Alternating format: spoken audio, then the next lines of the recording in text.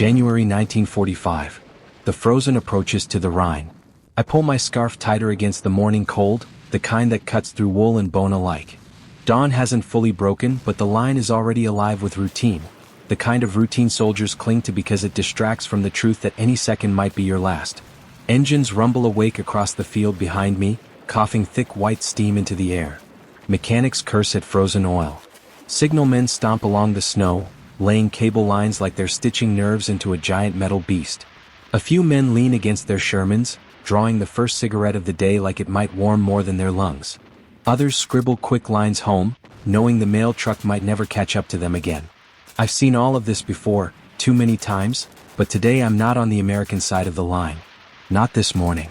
I'm crouched behind the shattered wall of a stone farmhouse that hasn't sheltered anyone in months. Frost clings to the rubble. My Panzerfaust rests across my knees. And my ears are tuned to the sound of American engines the way a hunter knows the footsteps of prey.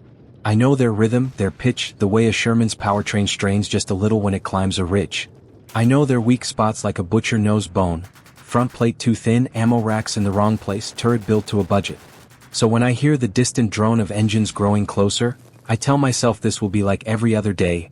I'll wait for them to enter the kill zone and I'll do what I've trained for. Another shot, another tank, another morning carved into the endless winter. But then, through the slow roll of fog and exhaust, a shape emerges. A silhouette I don't recognize. At first glance it is a Sherman, but not like any I've ever faced. This one is wider in the hull, heavier in the stance, and its armor seems to drink in the pale morning light rather than reflect it. I freeze. Just for a moment, but long enough to feel something in my chest tighten. The air itself feels wrong. Like it's warning me. Like it's whispering that whatever is coming up that road is not the enemy I thought I knew. And what's worse, it might be something my Panzerfaust can't kill. If you think you understand what happened next, you don't. You've only heard the old version of this war. The safe version. Stay with me. Because in the next minutes, on this frozen road to the Rhine, the rules of armored warfare are about to blow apart like ice under artillery fire. And I'm going to tell you exactly how I learned, the hard way, that the world was changing faster than any of us could keep up. By January 45, every man on this front, American or German, already knew the arithmetic of this war. We didn't need maps or briefings anymore. You could feel it in the ground, in the thickness of the gun smoke, in the way officers spoke more quietly as winter dragged on. America had flooded Europe with Shermans. Endless columns of them.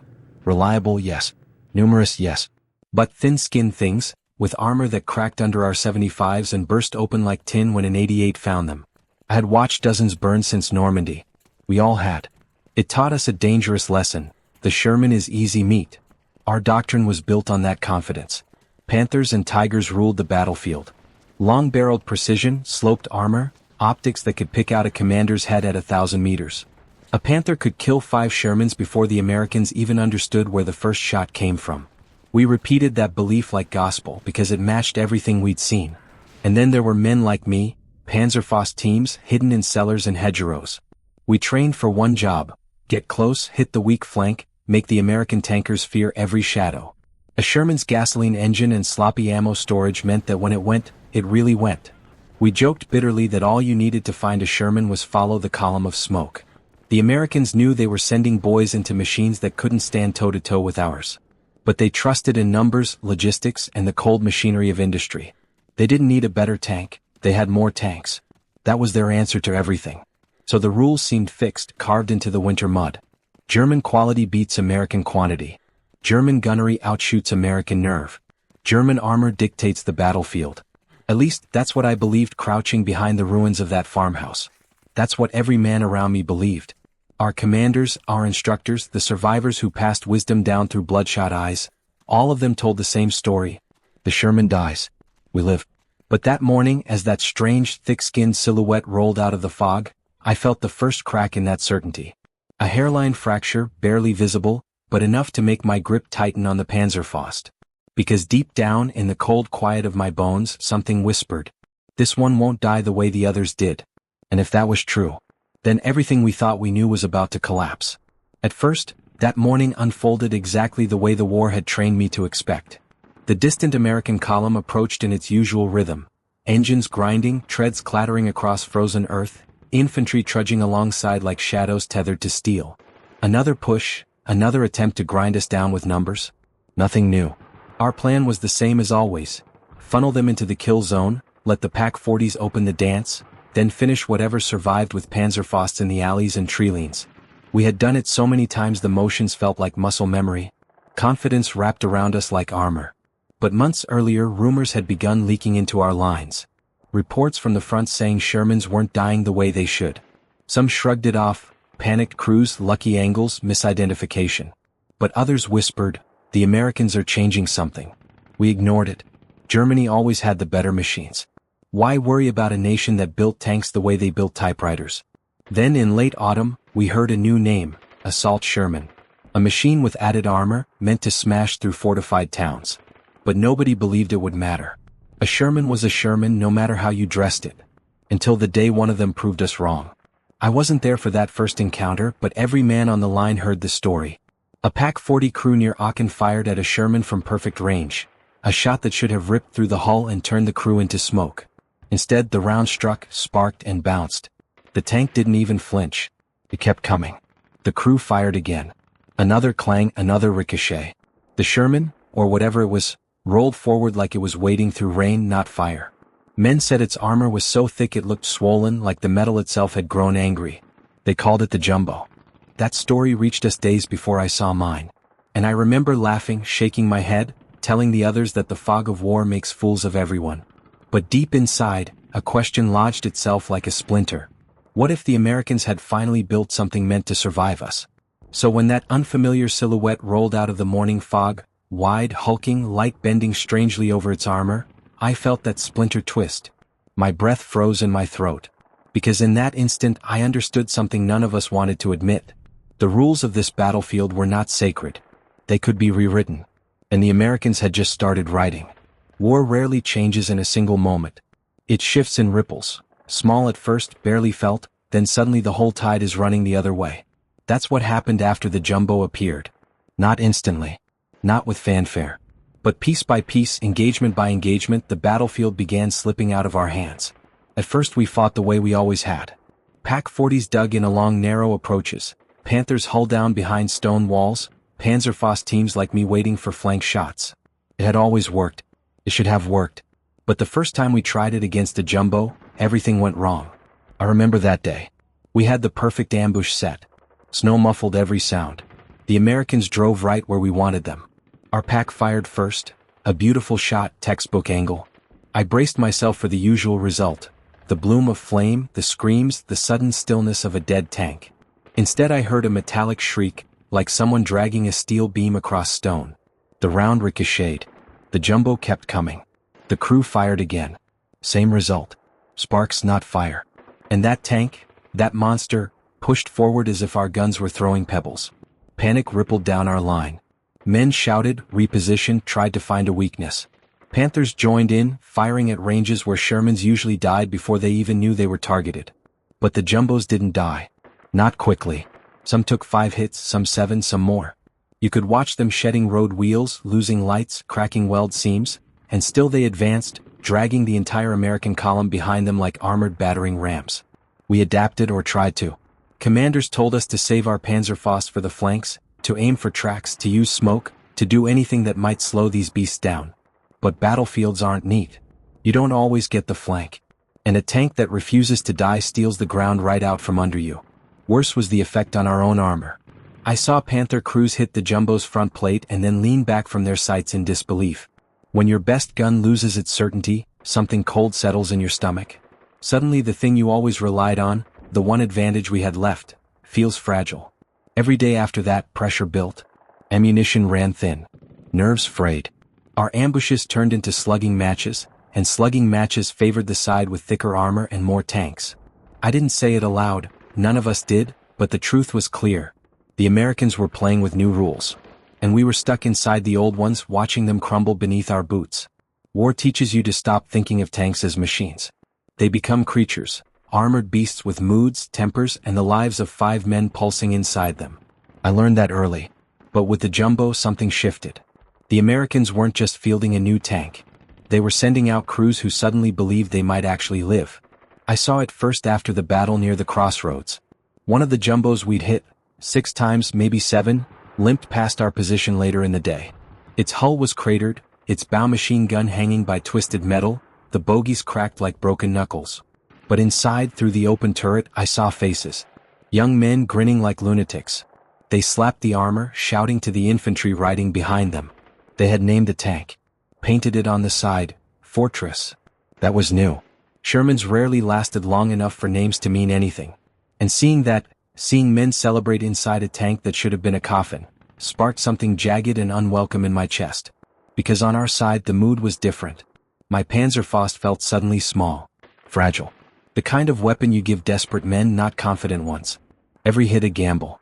Every shot a prayer. Then there was the human cost. You don't forget the faces. The loader from our neighboring squad, Roth, 19 years old, got too close to a jumbo that shrugged off the pack fire meant to protect him. He fired his Panzerfaust at 15 meters. The jet punched through the turret side but didn't kill the crew. They swung the gun, fired point blank, and Roth was simply gone. Vaporized. His friends carried back only scraps of uniform. And the American crews? Word traveled through captured letters. They felt invincible for the first time in the war. They wrote home saying the jumbo could take a hit. That finally they weren't just burning for nothing. I hated them for that confidence. Envied it too. Because on our side, confidence was rationed like bread. Then there was the moment with the NCO beside me, Schaefer. A veteran. Hard as iron. He had survived Kharkov, Kursk, Normandy. He knew courage better than most men know breathing. But when he saw a jumbo shrug off 2 direct hits and continue rolling toward our line, I watched his jaw clench in a way I had never seen. "Steel shouldn't do that," he muttered. And I realized then it wasn't the tank we feared. It was the unfairness, the breaking of the rules we had lived by. Some of us lived because a jumbo survived a few seconds longer. Some of us died because we assumed it was just another Sherman. War can turn on inches of armor, and on the fragile beliefs men carry into battle. The battle that broke us came near Celis, deep in the frozen gut of the Ardennes. I remember the sky first, gray, swollen, threatening snow. The kind of sky that feels like it's waiting for something to die. We were ordered to hold a road that fed the last German thrust toward the Meuse. A lifeline. A hope. A fantasy. 3 jumbos blocked it. Just 3. From where I crawled into position, Panzerfaust tucked under my arm, they looked like squat iron bunkers planted in the snow. Their crews had dug them in well, snow packed around the hulls, infantry crouched like wolves along their flanks. They weren't advancing. They didn't need to. They were the wall and we were the storm breaking against it. Our column hit them with everything. Panthers moved first, engines bellowing, their long 75 spitting fire. Infantry spread out. Pack guns unlimbered. Even a few half-tracks joined the assault, firing blindly through the smoke. The jumbos didn't flinch. Their armor rang like church bells. 1 hit, 2 hits, 5 hits, sparks spraying across the snow. Every time a shell bounced, it felt like the world had tilted 1 degree further against us. One of them took so many impacts the entire glacis looked like hammered metal. I counted at least 17 strikes on its front before its gun finally dropped half a meter and stayed there, disabled but not destroyed. Inside that beast, the crew must have been half conscious from the concussions. But they held. And while we hammered them, the rest of the American column maneuvered behind them, Shermans peeling out like wolves emerging from cover. Machine guns raked our infantry. Artillery zeroed in on the valley, turning the snow into a boiling white storm. Radio nets dissolved into static and screams. Panthers burned, black smoke twisting upward like funeral banners. I tried to get close, God knows I tried. I crawled through a ditch, mud freezing to my sleeves, the Panzerfaust heavy as guilt on my back. 10 meters more and I would have had the angle. But a burst from a Sherman's coax pinned me to the earth. When I lifted my head again, the jumbo I'd been stalking was still there, still alive, still holding the line like it had roots deep in the frozen ground. By dusk it was over. We fell back, what was left of us. 4 Panthers lost. Dozens of men gone. The road still blocked by 3 wounded, unkillable beasts. Our advance, our last real chance, collapsed there in the cold. And as we retreated into the treeline, I understood the truth with a clarity colder than the wind. Germany had hit a wall of armor it could no longer break. And beyond that wall was a nation that could replace every tank we destroyed, and build new ones faster than we could bury our dead. In the days after Celis, the snow fell harder. Thick, muffling flakes that softened the world but didn't hide the wrecks scattered along the roads. Panthers stood frozen in grotesque poses, turrets twisted, armor scorched black. The jumbos we'd fought were gone. towed back for repairs no doubt, but their presence lingered like a shadow across every man who survived. We didn't talk about the battle. We didn't need to. The truth was carved into the ice around us. Our doctrine, our certainty, our superiority, they'd all died on that road. I felt it most when I watched a Sherman column pass a few days later. Ordinary Shermans. Thin armor. Short barrel. The kind we used to break in half without thinking. But now, every silhouette made me hesitate. Every turret shape made my heart stutter. Because any one of them could be a jumbo. The tank that didn't burn. The tank that refused to die. And that doubt, more than any shell, was what killed us. Our officers held briefings in half-collapsed barns, pointing at maps as if the lines meant anything anymore. They spoke of regrouping, counterattacks, new defensive belts. But the numbers told a different story. Fresh American units poured in daily, columns so long they looked endless. Jumbos among them, their thick armor already patched from the last fight, ready for the next. We, on the other hand, received nothing but replacements who looked too young to shave and orders printed on paper thinner than our hope. Captured reports painted a picture none of us wanted to face. The Americans hadn't stumbled into this victory. They had adapted, fast. The Jumbo wasn't just a tank. It was proof that their industry could change course mid-war, build a new machine, ship it across an ocean, and field it in combat before we even understood what it was. Meanwhile, we were stripping Panther turrets for spare parts. The myth that every Sherman was an easy kill? Gone. The myth that Germany held the edge in armored warfare? Gone. The myth that victory was a matter of willpower? Dead on arrival. Days later, I heard a story from a captured NCO, one of ours. He'd seen a jumbo roll around a corner near Aachen. He had his Panzerfaust ready. Perfect angle. Perfect distance. But he froze. Not from fear of dying, he said, but from fear of wasting the shot. It wouldn't have mattered, he whispered. I knew it. They built something unfair. Unfair. That word stuck with me. He didn't mean dishonorable. He meant impossible. A machine that changed the mathematics of survival. As winter thawed and the front dissolved, I carried one final realization with me. This was the moment German armored superiority truly died. Not in some grand duel of giants, not in a clash of engineering philosophies, but in the quiet, brutal acceptance that the enemy had outpaced us. Quantity and quality. Industry and adaptation. One nation bending steel faster than another could understand it. From then on, we weren't fighting Shermans. We were fighting a country that could rewrite the rules of war in real time. And that knowledge stayed with me long after the shooting stopped. Long after the tanks rusted into monuments. Long after the myths we lived by blew away like ash in the spring wind.